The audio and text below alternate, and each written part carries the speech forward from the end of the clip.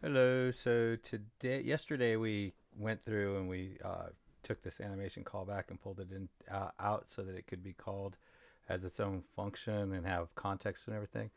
But today, and you might notice it's slightly different, and that's because I forgot to commit and push it yesterday, and then I was practicing for today's video, and yeah, so I had to redo it. So there's, I think it's the same, but it might be slightly different. Anyways, yeah, today what we're going to do is I want to kind of shrink this up, put it into its own div, and create an area for a toolbox.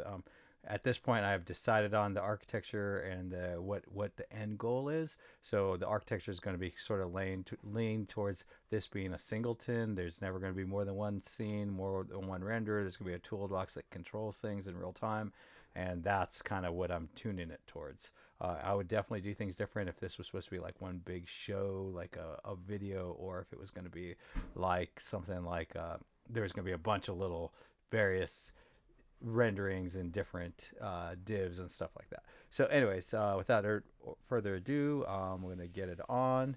And here we go. So I'm going to take this. I'm going to go into our HTML of the app, and I'm going to just say div.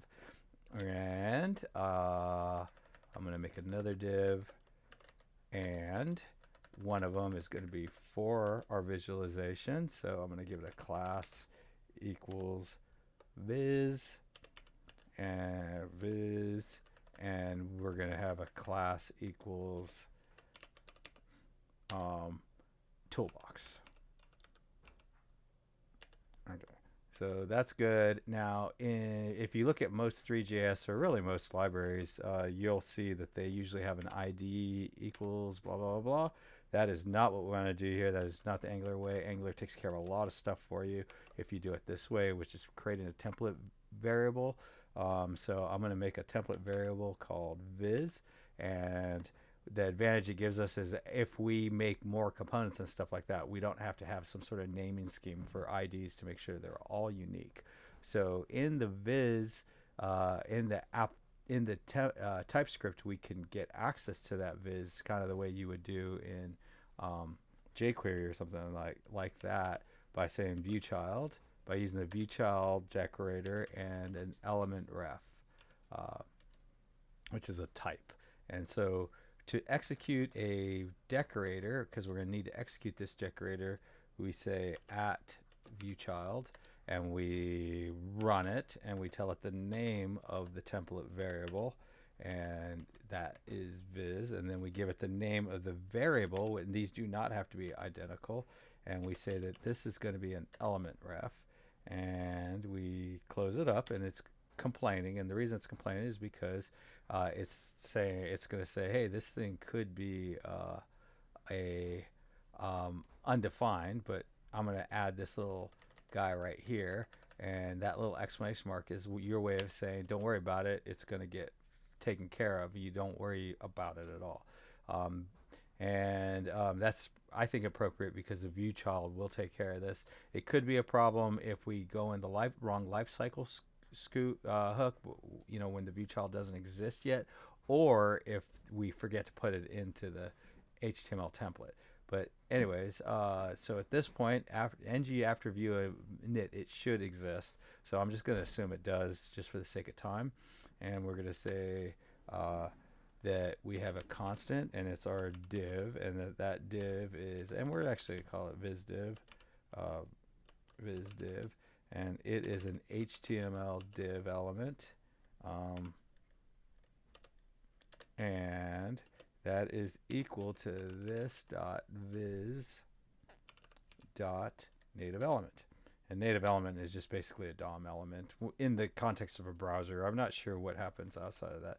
And so we are going to take this viz div and we're going to pass it to our attached DOM. So we're going to say viz div. And we are going to have an error because it doesn't know why we just sent it a viz div. So we're just going to say take us to that definition so we can fix it. The little recording thing is in the way. So I'm just going to go there, viz setup, and we are going to say viz div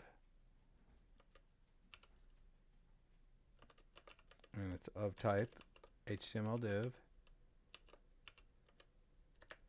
element, and we are going to say that go ahead and attach it to it instead of going to the document body. And this is, I think, way cleaner anyways. And like I said, if we had a bunch of components, it would kind of keep track of keeping them all unique. So we're good. Now we got our viz div showing. It's showing everywhere. So now what we're going to do is, and that's because we're sending the window up here, but we really want to send in viz div instead.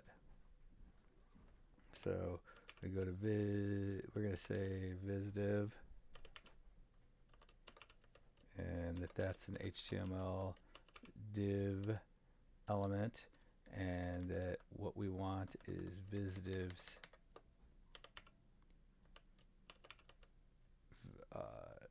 dot outer client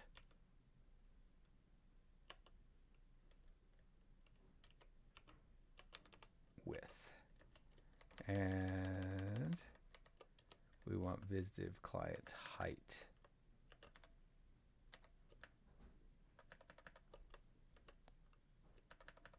And that's cool, and we're all good, and we hit boom, and it's upset because we are not sending the right thing. So we're going to say, okay, I'll send you the right thing, viz div, and we are sending the right thing. Oh, there's nothing there. Well, why? Well, because viz div is not, we haven't given it any height. So let's go into our CSS and say that viz, because if you don't, I don't know if you remember, but the class's name was viz, and we say that the height is 50 view port height. Oh my gosh. px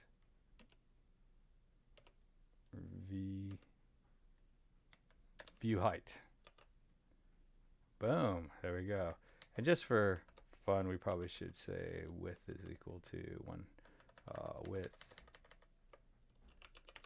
is equal to 100 view width. All right, so now that's cool. So now here we are in this. So we also had toolbox. I can't remember what we named that thing. Toolbox. That was smart. Dot toolbox. And this is going to be same, and the class is, and it's going to be display flex, and we are going to put the word toolbox in here, and there it is. And then it would be nice to center it. So probably the best way to do that would be flex, what is it, space around, it won't help me with that. Oh man, how do I vertically display?